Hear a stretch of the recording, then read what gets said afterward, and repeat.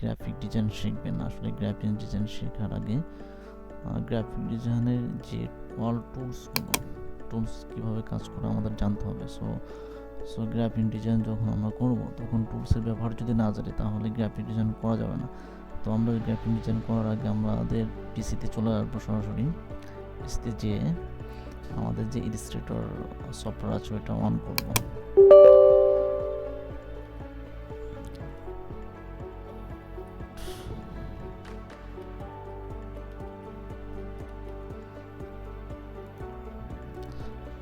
একটু দেরি হচ্ছে আমাদের ইলাস্ট্রেটর সফটওয়্যারটা অন করতে। হ্যাঁ, অন হয়ে গেছে অলরেডি। সো চলে আসছে ইন্টারফেস। এরকম একটা ইন্টারফেস আসবে যখন আপনারা ইলাস্ট্রেটর সফটওয়্যারটা অন করবেন। আচ্ছা, অন করার পরে আমাদের উপরে যাবেন, এআই আছে, এরপর ফাইল আছে। সো ফাইলে ক্লিক করুন। ফাইলের পরে যে নিউ একটা ইন্টারফেস আসবে। সো নিউ ইন্টারফেসে এটা ক্লিক করবেন। আচ্ছা, আমরা ক্যান্সেল করে দেবো এখান থেকে। হ্যাঁ, এখানে একটা এরকম একটা ইন্টারফেস আসবে। এখানে আসবে আপনার ফাইল নেম, আপনি কোন প্রজেক্ট করতে যাচ্ছেন সেটা একটা নাম লিখবেন। ফাইল নেম মনে করেন যে প্রজেক্ট 1, প্রজেক্ট 1। আচ্ছা, প্রজেক্টের নাম লিখলেন। কাস্টম আপনি কী করবেন? প্রিন্ট দেবেন, ওয়েব করবেন, বা বেসিক আরসিবি করবেন, বা ফাইল ভিডিও করবেন। তো আমরা কাস্টমে রাখবো। সো এখানে নাম্বারে আপনি 1 দিয়ে দিতে পারেন। এখন সাইজে আসি। সাইজে একটু কারেকশন আছে, এটা ইম্পর্টেন্ট একটা ইস্যু। সো সাইজে আপনি এখানে আছে, লেটার আছে, লিগাল আছে, A4 আছে, A3 আছে, B5, B4, দেন আরও অনেক সাইজ আছে। তো আমরা সবসময়ের জন্য কাস্টম সাইজে করে থাকি। সো এখানে আরেকটা নিচে ইম্পর্টেন্ট আরেকটা ইস্যু আছে, যেমন আমাদের ডিজাইন করার আগে আমরা ডিজাইনটা কতটুকু সাইজ দেবো এবং কত সাইজের ডিজাইন হবে তার একটা আমাদের আনুমানিক মাপ লাগে। সো আমরা এই মাপটা প্রথমে মানে চওড়া কতটুকু নেব, যে আমি 18 ইঞ্চি চওড়া নিলাম, আর হাইট নিলাম 12 ইঞ্চি। সো এটা আমরা চাইলে মিলিমিটার আছে, ইঞ্চি আছে, আপনার পিস আছে, পয়েন্ট আছে, যে কোনো সাইজ। আমি ইঞ্চিতে কাজ করি, সো এই জন্য ইঞ্চি রাখছি। আর নিচে এটা যেভাবে আছে 00, এটা সবসময় আমরা ওকেতে পেস্ট করবো। ওকেতে পেস্ট করে যে আমাদের সামনে একটা বোর্ড চলে আসছে, একটা মাপের নির্দিষ্ট বোর্ড আছে। তো এবার আমরা বিভিন্ন টুলসের মাধ্যমে ডিজাইন শুরু করতে পারি। সো আমাদের প্রথমে এখানে একটা ইন্টারফেস দেখতেছেন, ডিজাইনের যে টুলসগুলো, এটা রাইট বাটন মানে সিলেক্টিং টুল যেটা বলে আমরা, আর এটাকে বলে ডাইরেক্ট সিলেকশন টুল। আচ্ছা, এটা হলো পেন টুল, এটাকে বলে পেন টুল। এটা কোনো কিছু লিখতে হলে আপনার টাইপ টুল যেটা। আচ্ছা, এটা আপনি যদি কোনো কিছু নিজে আঁকতে চান তাহলে আঁকার জন্য টুল। সো আমরা প্রথমে রাইট সিলেকশন টুল তো দেখলাম। আর এটা হলো আমাদের রিয়াক্ট্যাঙ্গেল টুল। সো রিয়াক্ট্যাঙ্গেল টুলের ভিতর আছে আপনার রিয়াক্ট্যাঙ্গেল আছে, রাউন্ডেড আছে, তারপরে ইলিপস টুল আছে, পলিগন টুল আছে, স্টার আছে। সো আপনি এখান থেকে আপনি চাইলে এটা নিতে পারেন। এটা রিয়াক্ট্যাঙ্গেল টুল। সো এটা রিয়াক্ট্যাঙ্গেল টুল, এখান থেকে একটা কালার দিতে পারেন, রিয়াক্ট্যাঙ্গেল টুল। তারপরে চাইলে এখানে আছে আপনার রাউন্ড টুল, এই যে রাউন্ড টুল। এরপরে আছে আপনার এরপরে আছে ইলিপস টুল। ইলিপস টুলটা সম্ভবত আপনার গোল আকারে হয়ে থাকে। এরপর আছে স্টার মানে তারার মতন হবে। এরপরে আছে আপনার পলিগন টুলটা একটু ব্যাকা টাইপ হবে। সো এভরিথিং এরকম টুল আসবে। এরপরে আপনার এগুলো অবশ্য লাগবে না তেমন। তো আপনি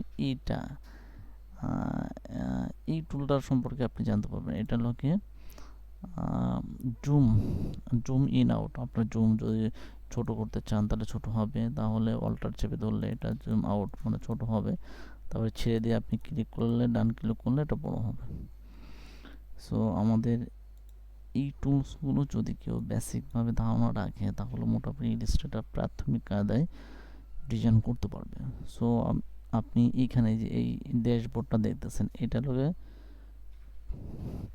ফিল এক্স আর নিচেরটা হলো স্ট্রোক এক্স। ফিলটা আমি আপনাকে দেখাচ্ছি, যখন আপনি এখানে ইয়ে করবেন তখন উপরটা আসবে, আর আপনি যদি নিচেরটা দেন তাহলে পাশেরটা, যেমন নিচের ব্ল্যাক আছে, আমি যদি স্ট্রোক বাড়াই দিই এখানে 1 2 3 4 ব্ল্যাক হয়ে গেল। আর এটা যদি এটার কোনো ইয়ে হবে না, এটা ব্ল্যাক হবে। তো আপনি যদি চান কিভাবে কালার চেঞ্জ করবেন, আপনি যদি চান এটা আমি কালার চেঞ্জ করবো, এই কালার দেবো না, তাহলে আপনি এইখানে ডবল ক্লিক করুন, তাহলে এই কালার চলে আসবে, বিভিন্ন কালার, এটা কালার লাল, সবুজ, হলুদ, নীল, তো এভরিথিং। আমি যদি লাল দিই তাহলে এটা লাল হবে, লালে ওকে দিলাম, ওকে। এরপর এটা যদি আপনি এটা যদি আপনি হলুদ করেন তাহলে আপনি হলুদ করতে পারবেন। সো এই যে হলুদ, এটা হলুদ। আর এটা যদি আপনি কালো করতে চান বা নীল করতে চান তাহলে নীল হবে।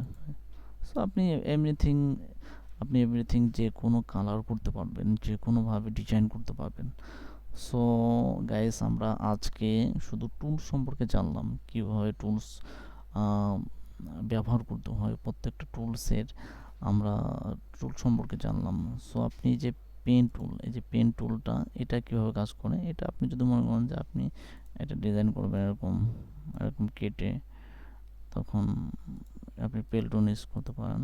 সো এরপরে আপনি যদি মনে চায় যে আপনি কিছু লিখবেন, লেখার জন্য যে টাইপ টুল ইউজ করতে পারেন, যেমন আচ্ছা এখান থেকে আমি বড় করে দেবো পারি লেখা, মনে করেন যে ধরেন আকিজ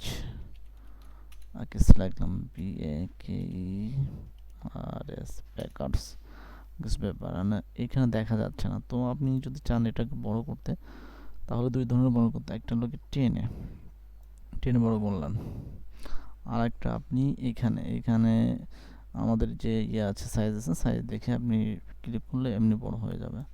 সো আপনি যদি চান যে না আমি লেখাটাকে আমি কালারিং করব, তো করতে পারেন, এখান থেকে পেস্ট করলেন। আপনি যদি লেখাটাকে লাল করতে চান তাহলে এখানে কিছু লেখাটা লাল হয়ে গেল, ওকে।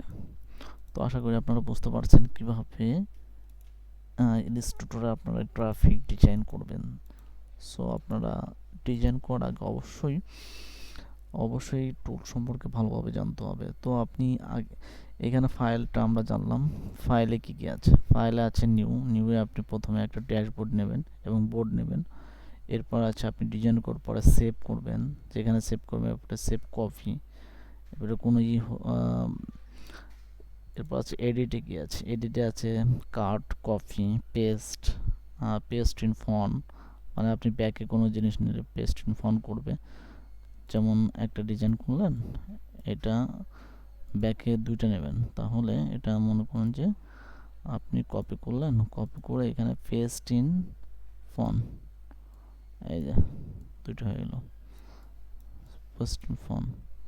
আচ্ছা, এরপরে আপনি এগুলো তেমন একটা লাগবে না।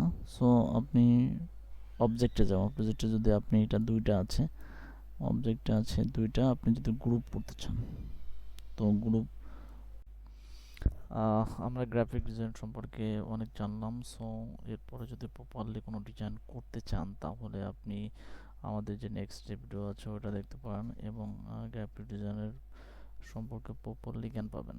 সো এখানে আমি শেষ করতেছি, এবং শেষ করার আগে আপনাদেরকে একটা বলে, যদি ভিডিওটা ভালো লাগে তাহলে প্লিজ সাবস্ক্রাইব করবেন এবং শেয়ার করে দেবেন। ধন্যবাদ সবাইকে।